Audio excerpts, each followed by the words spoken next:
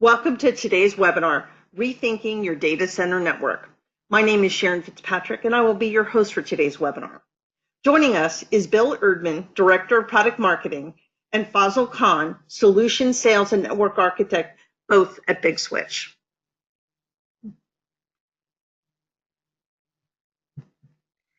As we go through the presentation, please feel free to ask questions using the Q&A box on your webinar dashboard. If you're watching this video in a rebroadcast or as a recording, or if you have questions about an upcoming webinar or any topics we may cover today, please email us at info@bigswitch.com. We've also provided handouts for you, which you can download from the Handouts tab.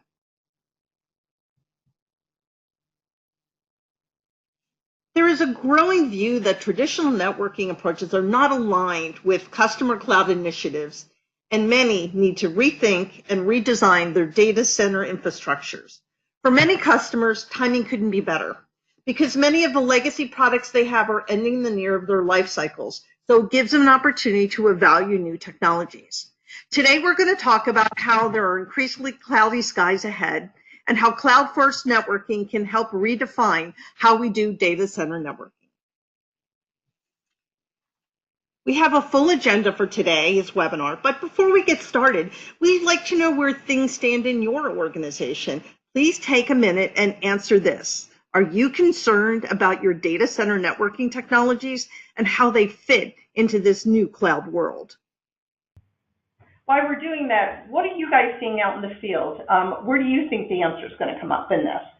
Well, and this is Bill Erdman. I'm going to be going through that. There's a sea change taking place with regards to how applications are being developed, and applications are essentially the core driver for any infrastructure design. The change in those applications and the rate in which they're being developed is basically fundamentally disrupting and changing the underlying infrastructures, and I'll be walking through that. And so I believe that customers should be concerned about any of the older networking technologies that they have, and whether they're going to be adaptable to what's going on in the application world.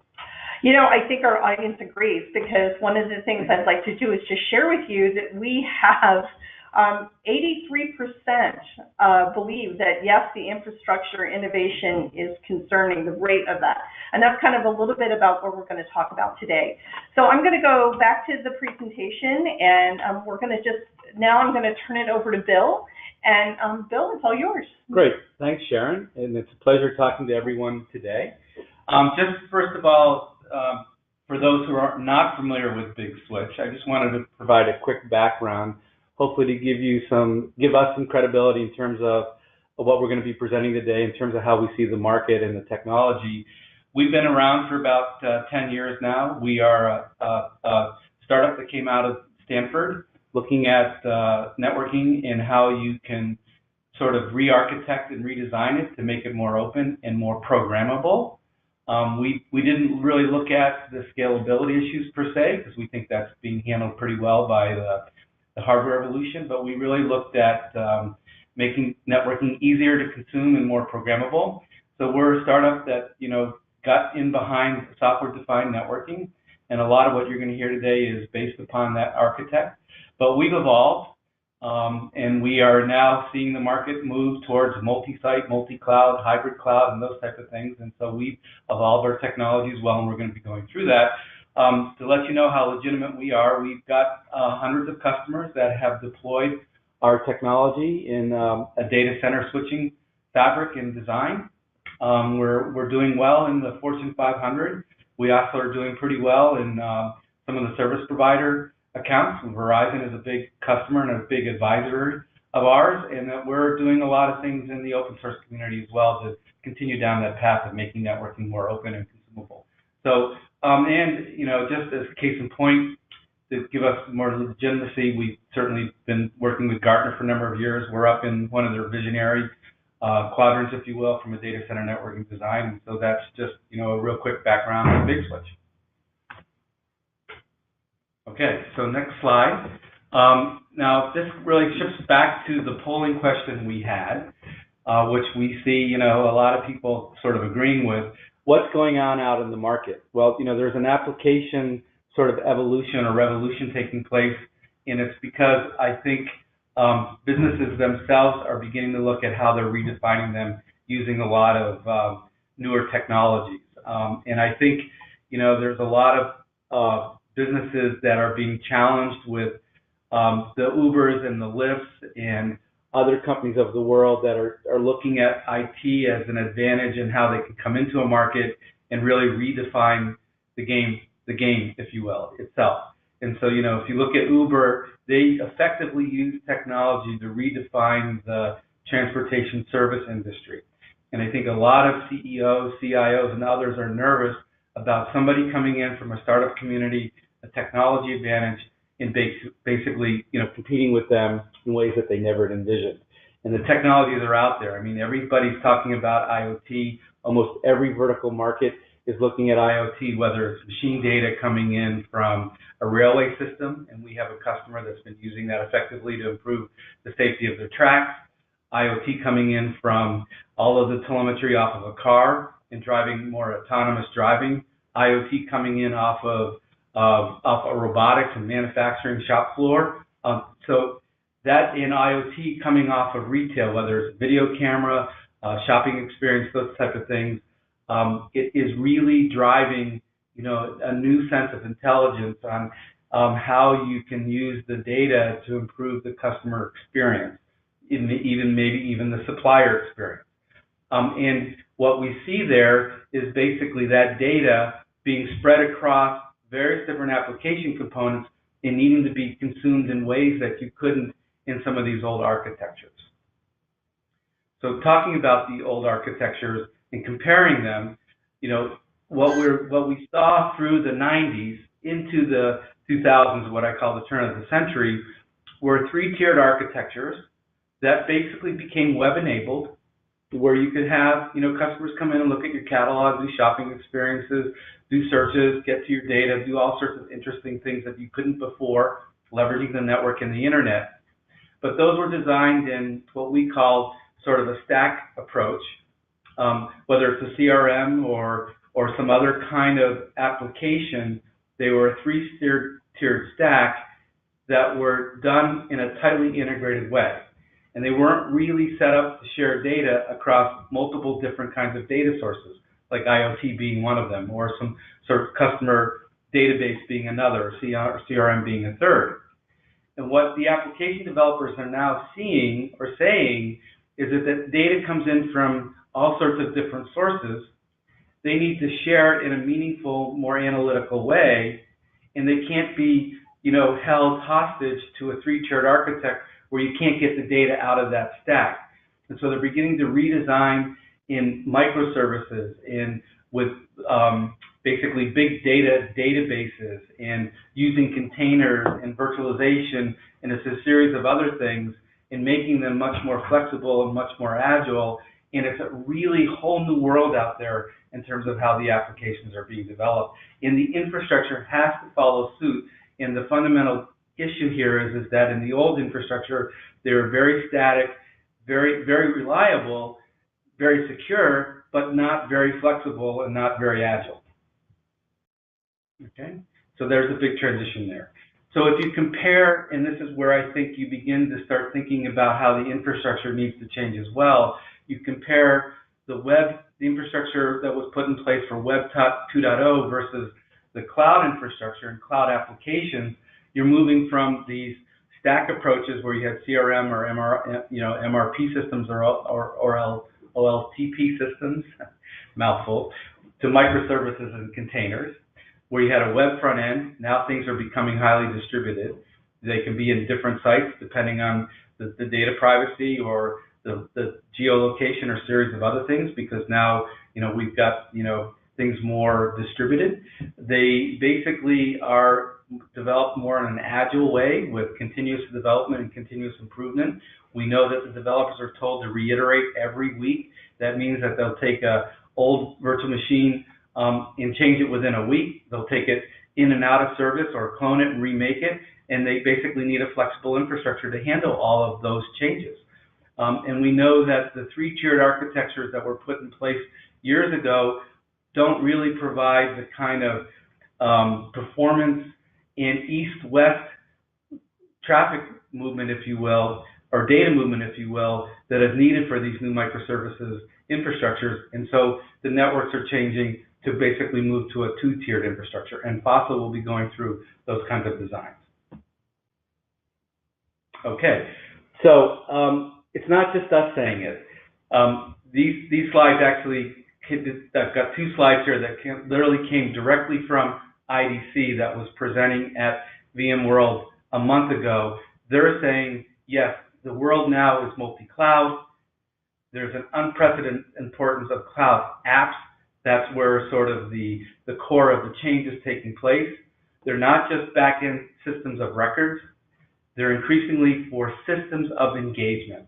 So it's changing how the business basically is presented, used, consumed by the consumer or buyer themselves. And it's fundamentally changing these businesses. And what they're saying is that the customer, the enterprises, as they re-architect, they're not just architecting a new data center, they're architecting it in a way that it can be really mobile and very, hybrid, if you will, where it can be hosted in different sites. Part of it might sit up in Amazon, or part of it might sit up in Azure. Part of it will sit down in their data center. They'll get some cost advantages depending on what they're doing, maybe in their own data center, or they might get a cost advantage from the data being more local up in an Amazon data center. So they've got a bigger sort of canvas, if you will, that they're working with. And it increases the importance of the network because the data is going to move around much more distributed, if you will, and it's going to be just not within the data center, but multi-site.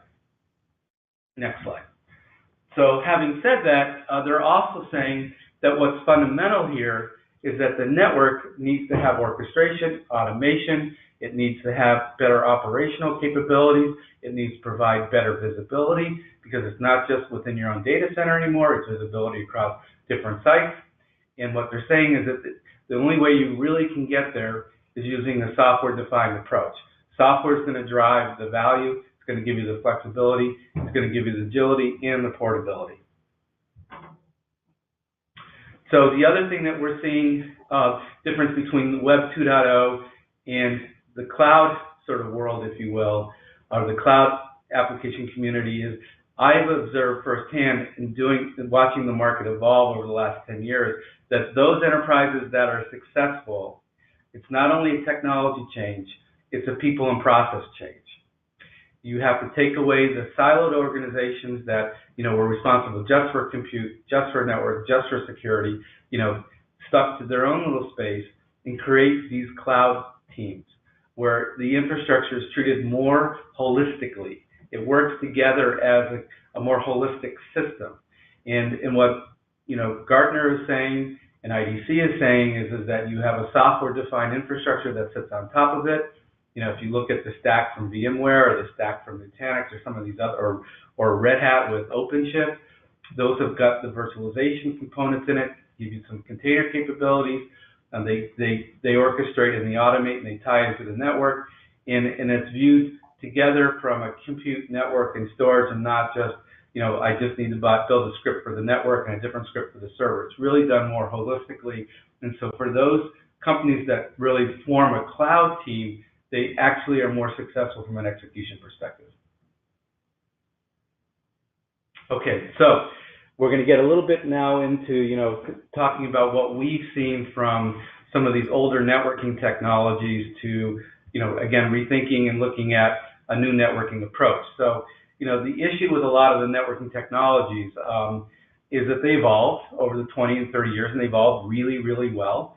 But they evolved from sort of a CLI-based approach where the center of excellence, if you will, was with your network engineer who had, an internet degree in networking. And they were the ones that you would need to work with if you wanted to make any kind of updates, changes, upgrades, configuration modifications, and a series of other things. That job worked really well when you had these Web 2.0 stacks that didn't change very often, and reliability and security was the #1 requirement, but they don't scale as well when you start to talk about this new application world. And so where they were manual and you had a guru that understood them. If you want to have more agility and more scalability from how you build out microservices, as an example, you need to change the operational model and some of the technologies in behind it.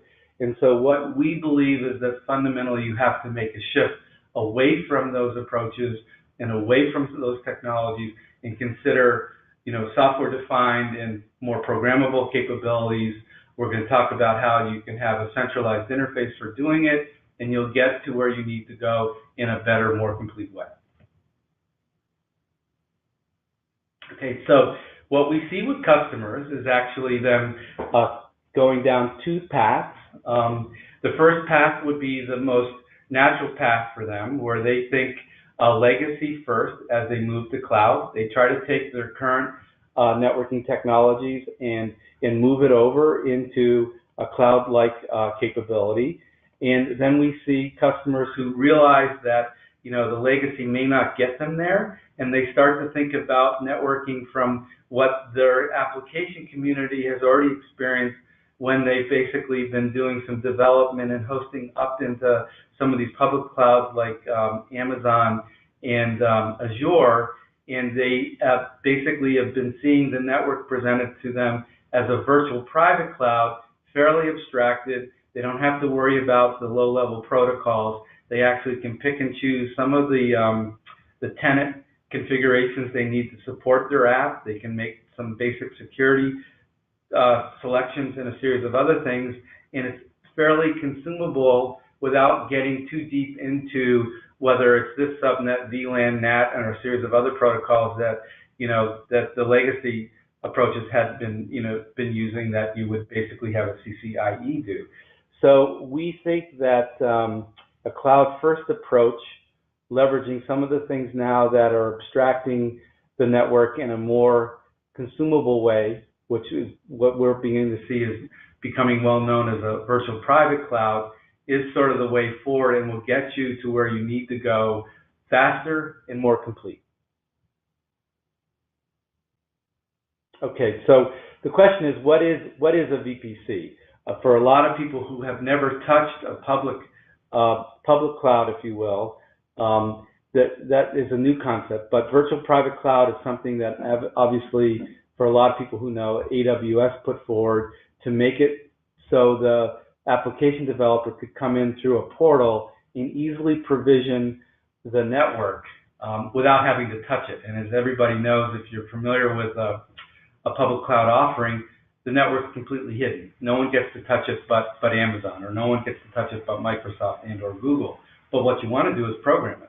You want to program it so it's secure, it's unique, it basically can support your traffic patterns, your traffic conversations. So what you need is flow data, flow analytics. You need basically some configuration interfaces, whether it's a set of APIs or it's a GUI or whatnot. You need to be able to program it. And so what these cloud providers have really put forward is the concept of a virtual private cloud, if you will, that makes it programmable and hides, but you're not touching or actually doing anything in the physical network itself. It's just an abstraction layer that you're using to go configure it. And we believe that it's being well adopted and it's serving the application community really, really well.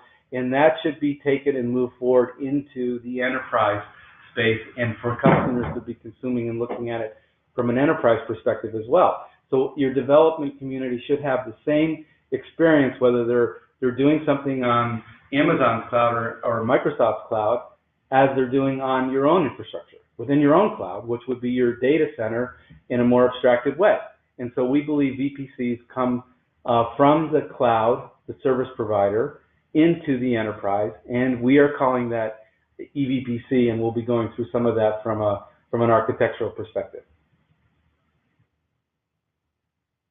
Okay, so that really, the slide really goes in line to what I just said. Why not have a consistent way to basically define your multi-tenant capabilities and give the application community or you the flexibility to be able to put your workloads anywhere, depending on cost or data or privacy constraints or some other things that you need to consider as you look at where to put your applications. but the abstraction in terms of how they should be running on the network should be the same. So you shouldn't have VPC here and then a VLAN there and then a VXLAN there and you know, a Geneva tunnel from VMware somewhere else down the road. Yes, those are all protocols that you would need to leverage to basically get, you know, more multi-tenant capability inside of the trunk. But does the application community really need to know it and understand it? No. What they need to know is that they've got a dedicated private network. It serves their traffic from an east-west perspective, or might need to have a security capability to go out to the internet and those type of things. It needs to have obviously some IP addresses and whatnot and so on. And we think again VPCs is the best way to abstract it. And what we're doing, and you'll see, is a way to offer it across your various different data centers as what we call an E-VPC, which sits on top of our software-defined architecture. Okay, so then taking that one step further, we know that customers are not going to deploy just one virtualization stack. It's clear to us, obviously, customers and enterprise are a big user of VMware. VMware is doing a lot of good things with virtualizing a lot of the infrastructure components with VSAN and ESX and NSX. They all still require an underlay network. We've done a lot of work to ensure that we're compatible and are integrated to those technologies. Again, Faisal will go through some of that. But then customers are looking also at putting in containers. And they may want, you know, a separate container infrastructure, if you will, running on the same set of server racks and storage racks. But they'll want it in a way that they can orchestrate and configure the network to it. Or then they may want to go with a KVM offering and use Red Hat and OpenShift, if you will. And so the beauty about E-VPCs is it allows you to define the multi-tenancy all of the same, irrespective of whether you use VMware as a stack or you use Nutanix as a stack or Red Hat as a stack. It allows uniformity and conformity from how you do the multi-tenancy down into the underlay network, and that you know, gives you a universal construct. Okay, so next slide. So then customers ask us, okay, great. So I understand now that I can, you know, provide a way to universally do multi-tenancy across multi-site, but how would I basically manage them from one sort of centralized pane of glass or view?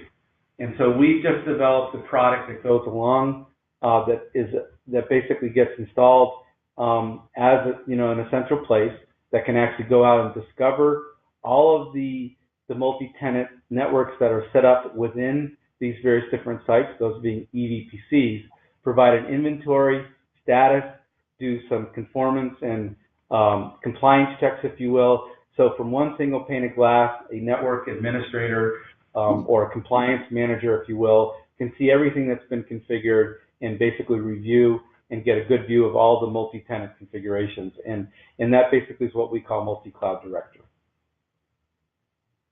Okay, so now shifting gears, we're going to talk a little bit about sort of the challenges that we see customers facing if they were to try to use some of the old legacy network approaches.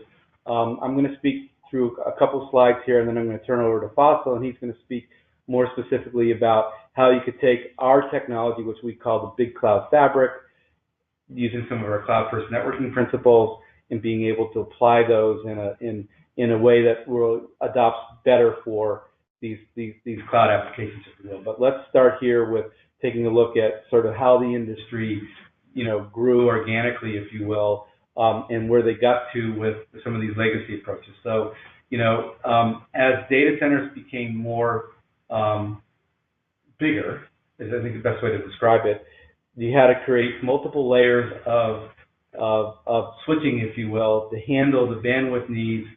Primarily, a lot of it was north-south, and a lot of companies came forward and provided what we call a three-tiered architecture, where you had basically the top of rack switch, you had an intermediate switching layer, and then you had a backbone switching layer. And a lot of the traffic basically would go, if you wanted to have server-to-server communication, a lot of the traffic would have to go up through all 3 layers and then back down through 3 layers just to talk to 2 servers that may be sitting in the same rack.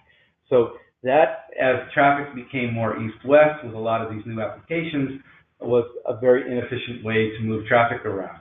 And so we will be talking about, primarily the new design of a 2-tiered class-based fabric that's more efficient in terms of how the traffic's stored and handled. Also, what we found in looking at these older technologies, as I mentioned, a lot of it was CLI driven and configured. They weren't really designed to be programmed from any system external to themselves. And what we're finding, obviously, in these new architectures, and this has been well spoken about for the last 10 years, is that if you want a network that's basically can be provisioned and programmed through like a tenant portal, where you would add a new tenant and a new set of virtual machines, and they would need to have a dedicated network associated with it, which is an E-VPC. You need to have, it's an external system programming it. So in these older technologies where they really didn't have a centralized programmatic interface, you'd have to write scripts to go configure it. And the problem with those scripts is that they were very brittle. They were written very specifically to a network that was already deployed.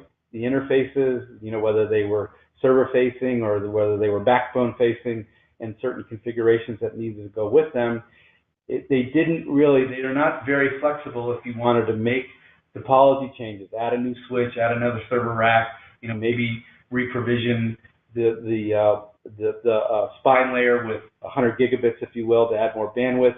All of those scripts, when you do it, have to be modified and updated. So change management becomes a real problem here, especially with these external systems now that are programming and driving these systems. And so there's just a fundamental issue here in their ability to accommodate these new sort of operational approaches to how you program the network. Okay, so if you look at it, and really break it down, and I'm not trying to point any fingers at them because I actually worked for Cisco for a number of years, we didn't really have the vision back then that, things would be auto-provisioned and self-automated and the traffic would be running east-west.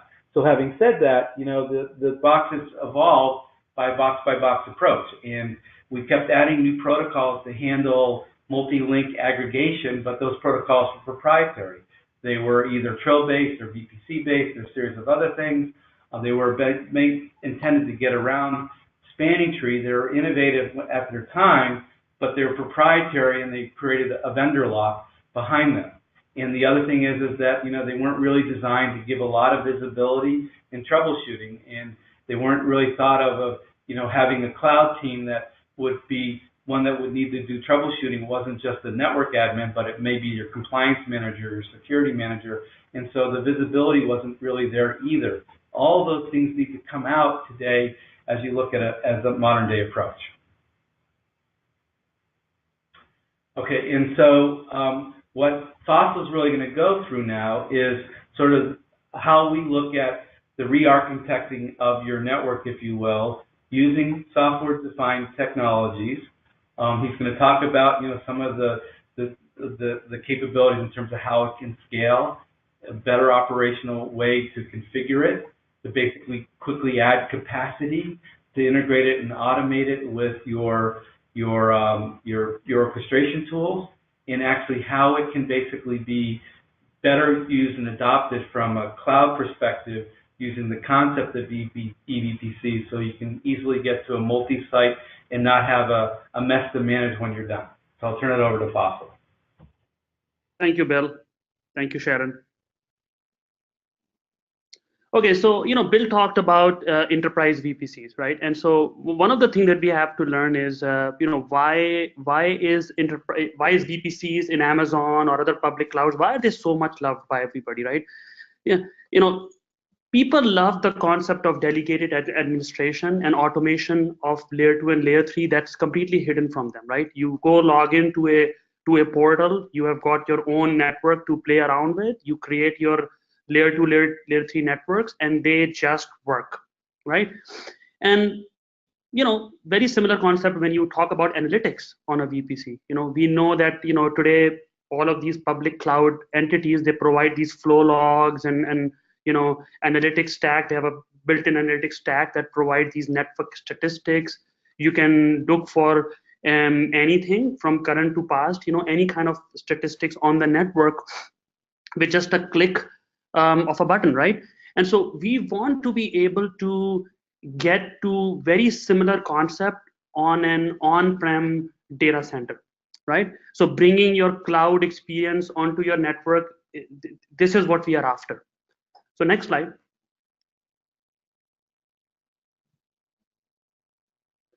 So to get to the enterprise VPC model, enterprise VPC everywhere model, whether it's public cloud or on-prem, right? You need a fabric that's completely automated. And the reason why you need so much automation is, there is a lot of tasks on the network that just need to work in the background for you to be able to create different VPCs and have policies so your traffic can move between different teams, move between different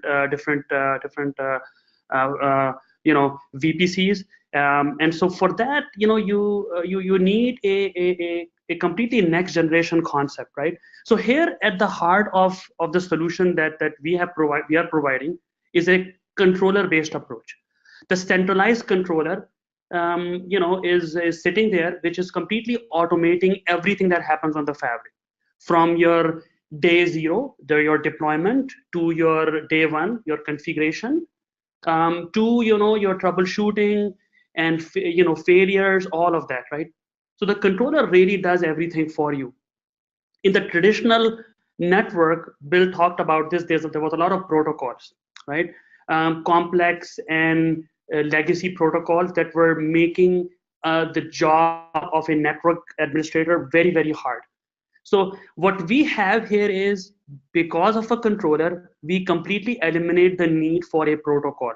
So within this fabric that you see right here, it's a completely protocol-free fabric.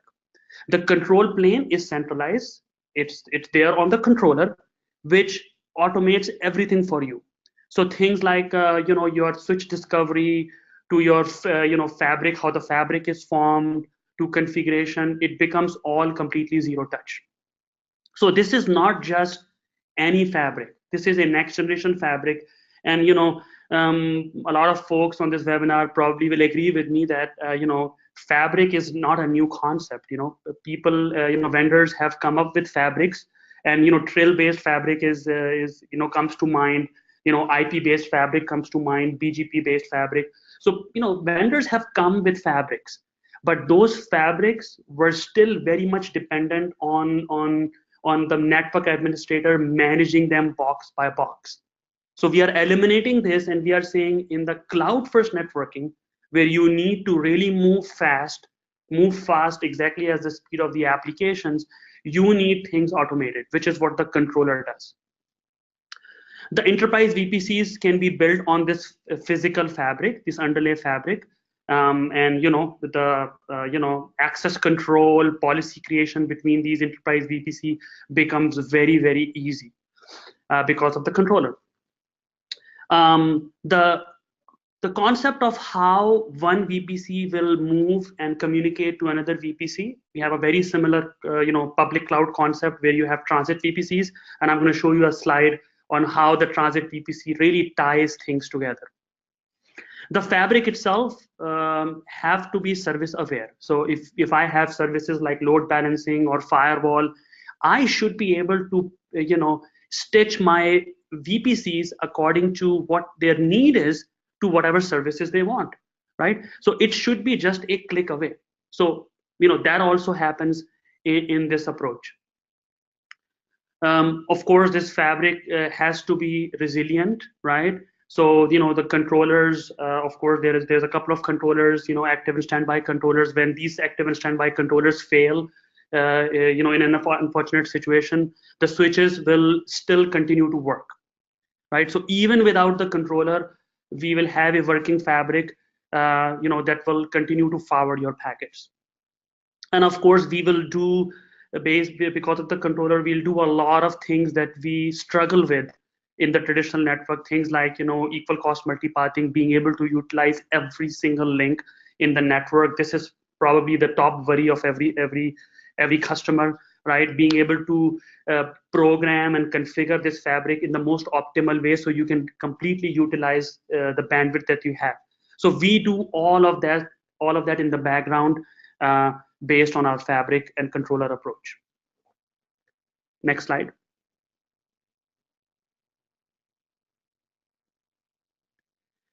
So the controller-based design, this next generation data center design, as I said, is based on controller. So, what you see on the left is your traditional network. The traditional network is box by box network where you have multiple control planes, multiple management planes.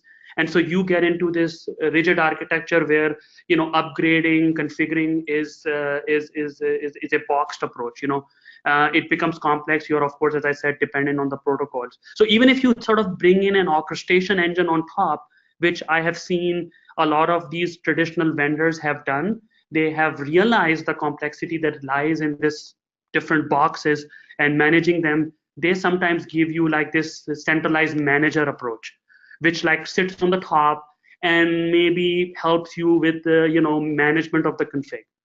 And we feel at Big Switch that this is not enough, right? It has to be a completely different approach where on the right side you see the control plane moves up from all of these switches. It doesn't matter if it's one switch or hundreds of switches, your control plane is now sitting on the controller, right? And so once that happens, you can imagine that underneath the network, the nodes, the switches, they really don't matter, because all you have to do is you have to configure, manage your network through that centralized controller, which will provide you orchestration, automation. It will also be a entity for your integration to other entities like your VMwares or containers or OpenStack. It will be like a one logical switch to everything that connects to it. Next slide.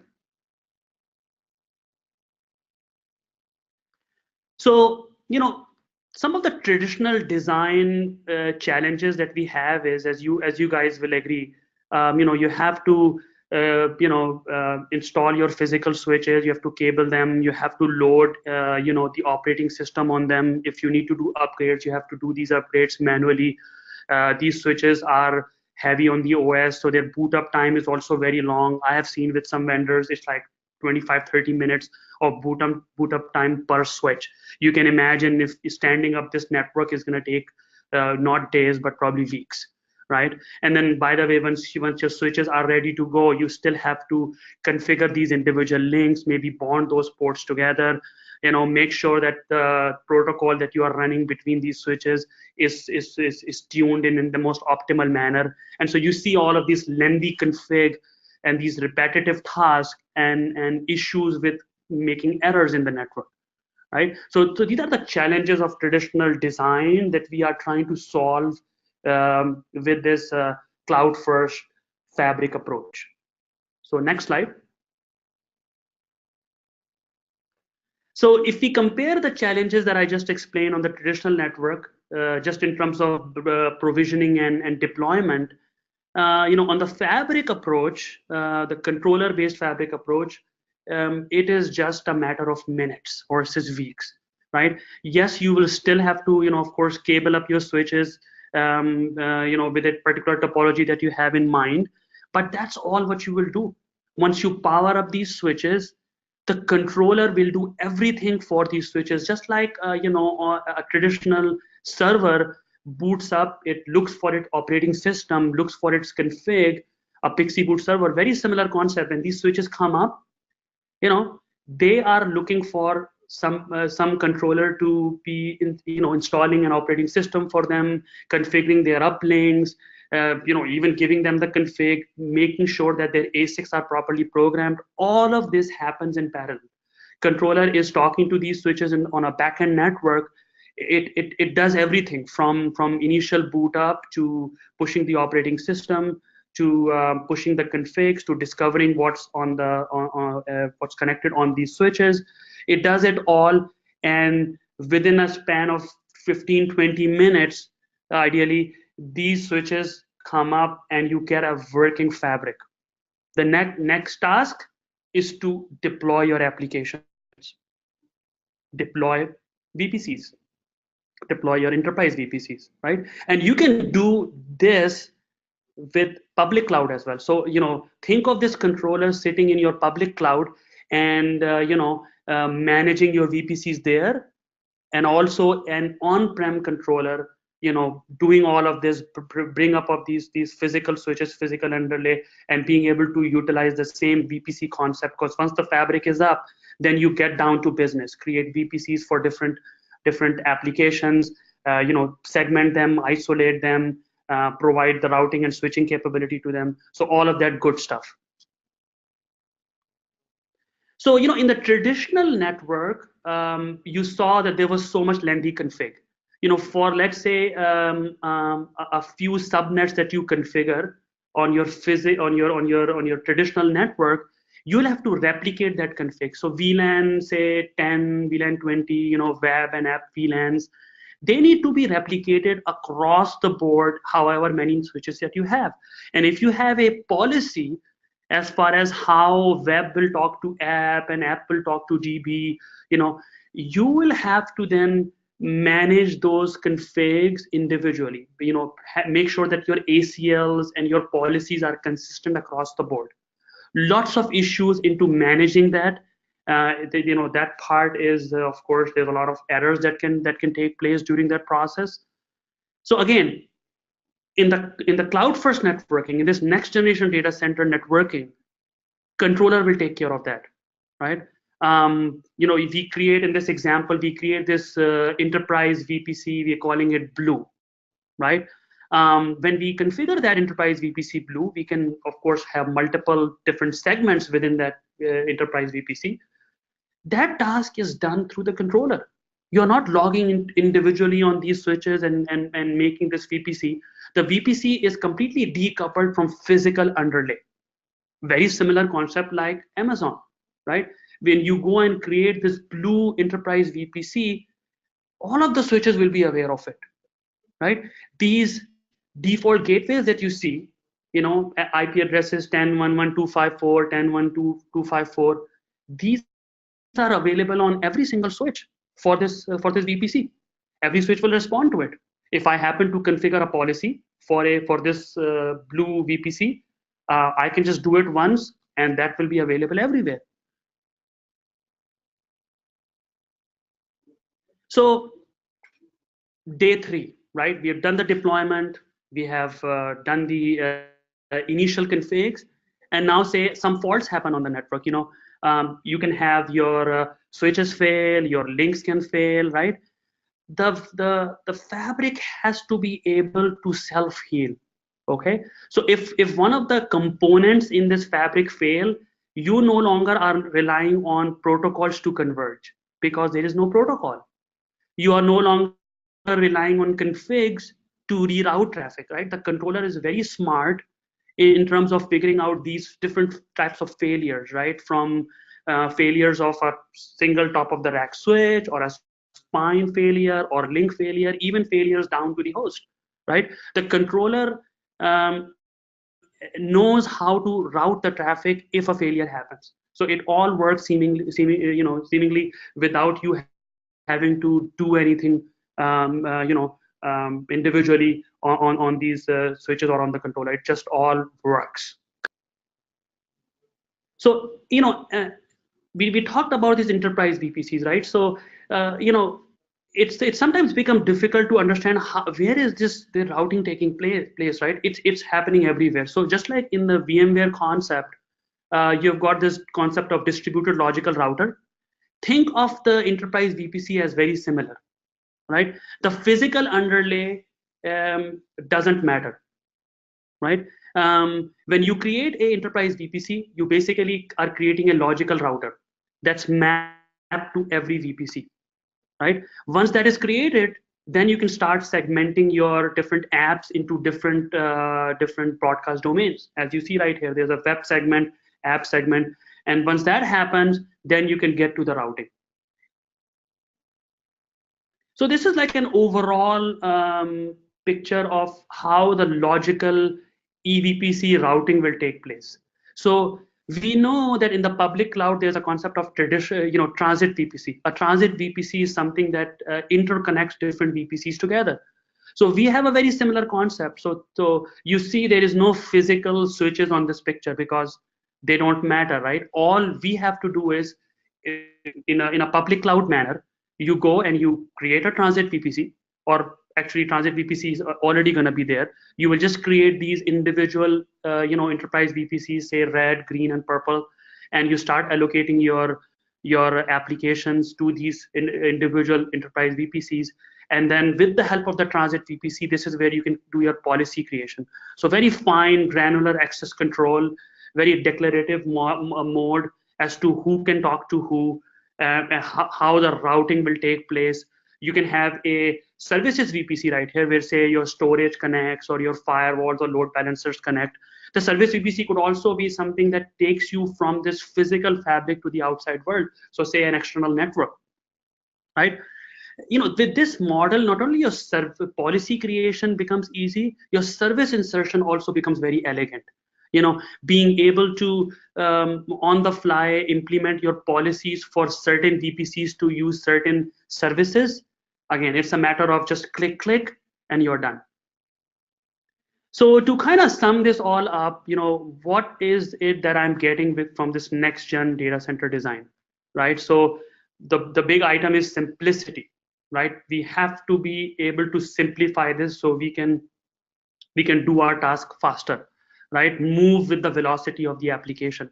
So there's a lot of things that are just kind of automated in this fabric. Just the concept of switch operating system, the upgrades, installation of the OS, link aggregation, fabric for formation. It's all automated. Troubleshooting is fabric wide. You are not hopping from one switch to another, doing trace routes and stuff like that. We have a very elegant way of doing the troubleshooting because this whole fabric works like a single logical switch. So, tedious tasks like, RMing a switch, inserting a new switch, removing different switches in the fabric, that also becomes very automated. All it takes is going to the controller and, letting the controller know that a new switch is about to be added. The controller already has the config. It just pushes the config and get the system ready to go. So here you see the fabric upgrade time is about 15 minutes or less, right? So this is less time than you would incur upgrading your iPhone, right? So that's the kind of velocity we are talking about, the rapid upgrade, the rapid velocity of being able to work on this fabric. So this is probably my last slide, right? So no next generation data center design will be complete without the visibility and control, right? So analytics is a huge piece of it, right? And so we provide analytics by default on this fabric. Just the things like events as to what's going on the network, from failures, from physical failures to logical problems, in terms of routing, being able to dig down deeper into individual VPCs and look at events that are pertinent just to that, right? So that's what we are providing. The analytics is very VPC centric as well. So when you log in and say if you were on a red VPC, you will only see analytics for that VPC, right? Or if you are an admin, you will be able to see things for the entire fabric, right? The fabric is also programmable through REST APIs, right? So this is all built with REST APIs. So if you need to integrate this, do some DevOps, all you need is to integrate your external orchestration engines through the controllers. So controller becomes your single API integration point. And so again, you're moving really fast on this fabric. Fabric trace is one last item that I want to touch base on, right? Fabric trace is this is like a utility that's fabric wide. I was earlier mentioning that in the old network you used to kind of log into individual switches, do your trace paths, trace routes, and then hop from one box to another. and trying to figure out, when a trouble ticket is open, why certain endpoints cannot communicate. Here, it's just a matter of, picking two hosts, two endpoints, and letting the controller run its logical and physical path trace and telling you exactly down to the port, down to the link, down to the policy that is the cause of that issue of the endpoints not being able to communicate with each other. So it kind of gets to that level of detail. Thank you, Faisal and Bill. Great insights. We have a lot of additional questions from our attendees. And just a friendly reminder that if you have questions for our presenters, please enter them into the question pod on your dashboard. And also, too, you'll find handouts there as well. So some features remind me of OpenFlow. What are your main differences? OpenFlow is a SDN protocol that came in a few years ago.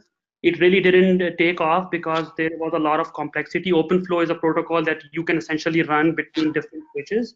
And then so we still kind of get into this complexity of being able to manage these OpenFlow tables, right? So there's a chatter that goes on between different switches. And based on that OpenFlow protocol, every switch builds a table. Well, the complexity is still there, right? So you've now eliminated a traditional protocol with a new protocol. So in our design, we do not use OpenFlow in our fabric.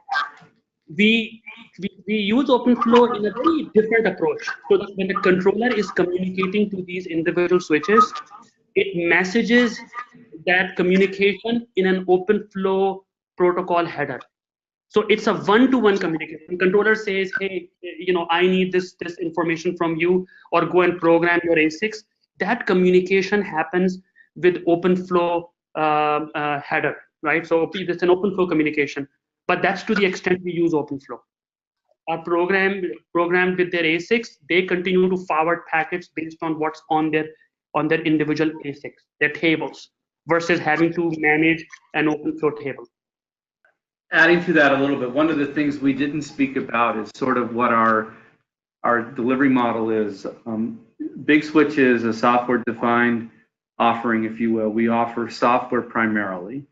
The software basically is two components. It's a network operating system that is downloaded on what we call open networking switches. And those are available from Dell, HP, and a series of other vendors. And then there's the controller part that is actually loaded on pretty standard x86 servers, if you will.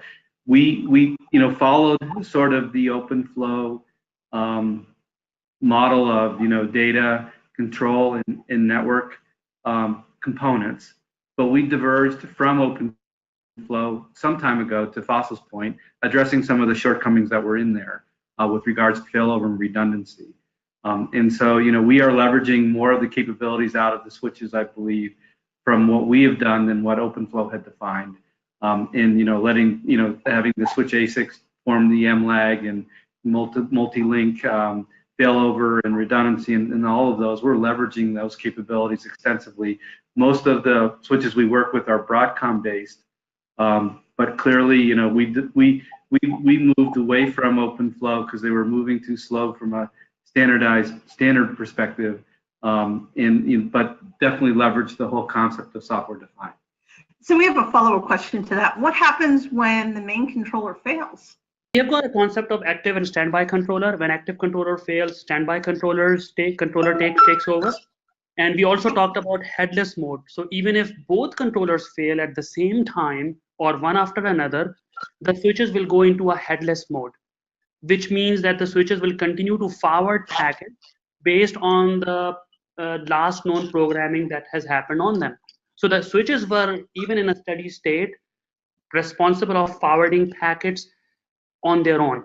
They were never dependent on the controller.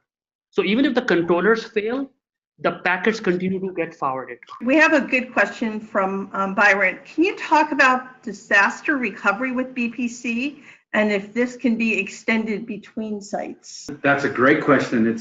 There's a lot of tenets to that question, tentacles to that question, because VPC, to his point, I think he's talking about, is it multi-site from one provider to another? Is it across the WAN? Is it across, obviously 2 different data centers? What's the kind of links there? Do they have redundancy? Those type of things. So we'd have to come out honestly and talk to him from an SE level to really help discuss it. We provide what we call E-VPC visibility to basically show what's been configured in each site with our multi-cloud director product in its status, if you will, up and running and those type of things. But we don't right now honestly provide the interconnection between those, because that typically requires some sort of WAN integration and redundancy there. And so we can't say, whether the VPC is redundant or not, because it has to do with how the WAN is configured between these sites. A good question just came in: can big switch be installed on a white switch? And it goes back to some of the points I was making. We call the sort of our hardware compatibility list a bright switch, meaning that the state of the technology is not at the point yet where you can just buy an open switch and load various different kind of software, operating systems on it, if you will. There's a lot of work we're doing to go drive that, and we see that coming to fruition in the next year or so. And not a lot of the work has been going on in the open network Linux and Sonic, but it's not quite there yet. But having said that, we do hardware compatibility certification, if you will. Again, as I mentioned, most of those being Broadcom based. They are essentially more commodity-like. You can get them from Dell and HP and Acton Edge Core Networks. Those are the ones we've qualified with. We've got over 50 switches that we've done the qualification with, and our software will run on top of those, and the customer has a choice in terms of the ports and the speeds and the form factors, if you will.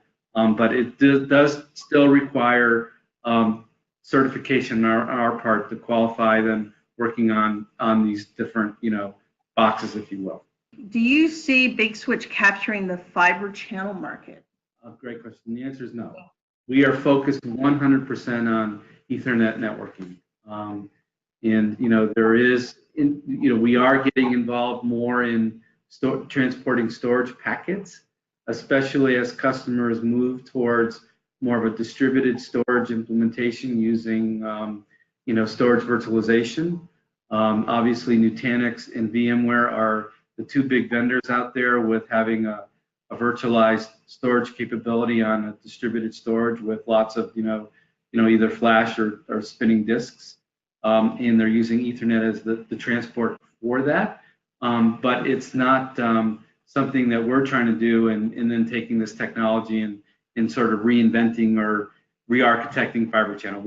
We've got enough, and we're staying focused within the Ethernet space itself. So then the other question is, how do we differentiate with Cumulus? Good question. We basically, the main difference there is that we use a software-defined controller in the architect that basically Faisal went through in terms of the programmability and the ease of installation, managing at sort of a fabric level, the simplicity you get in doing away with some of the box-by-box protocols that you would need when you're not managing it with a software-defined controller. Cumulus is much more of a box-by-box kind of offering, if you will. They are basically got the same models we have in terms of working on open networks, on open switches. So you can have choice on how you would use their software with different box manufacturers, but we are fundamentally different in that we are software-defined from a controller perspective. We make it really easy for you to get started with Big Switch Solutions. There are several resources you can download or watch a video that will give you a tour of our products. In your handouts, you will find live links you can click to access these resources or any resources here from our panel. With VSAN Labs, you can experience Big Switch bare metal SDN solutions firsthand from the comfort of your PC. We believe there is no better way to learn about a product or technology than to take it for a test drive. For a free online real-time access to our Fabric products, please visit labs.bigswitch.com or download the handout. Please join us for our next webinar on Thursday, October 4th, Cloud First Networking Approach for Enterprise Cloud Design. Watch your email for registration details or check it out on our website at www.bigswitch.com/webinars. We also have a group of on-demand webinars as well that you might find of interest. That's all the time we have for today. Thank you so much for joining us and have a great rest of your day.